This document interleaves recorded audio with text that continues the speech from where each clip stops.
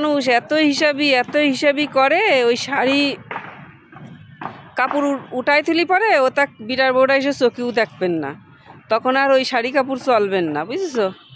এই জন্যই এই জন্মেই যা খাওয়ার দরকার পড়ার দরকার পড়ে খেয়ে যেটা অবশিষ্ট থাকবে সেইটা ছেলে বিটার বর্জনী থুয়ে দিবা। একেবারেই না খেয়ে দিয়ে সব ছেলে বিটার বর্জনী উঠাই তুলে পারে। হ্যাঁ, ওই ছেলে বিটার বউ এসে তোমার কি মনে করছো তোমার ওই কাঁসার তলে এসে ভাত দেবে না? হ্যাঁ, এখনকার যে বিটার বউরা জীবনেও দেবেন না।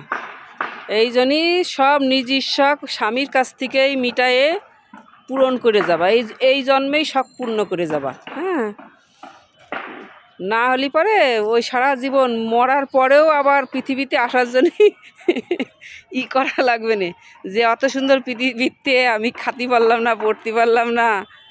হ্যাঁ, এই জন্য এই জন্মেই সব কিছু পরিপূর্ণ করে যাও, যাতে কোনো চাহিদা না থাকে।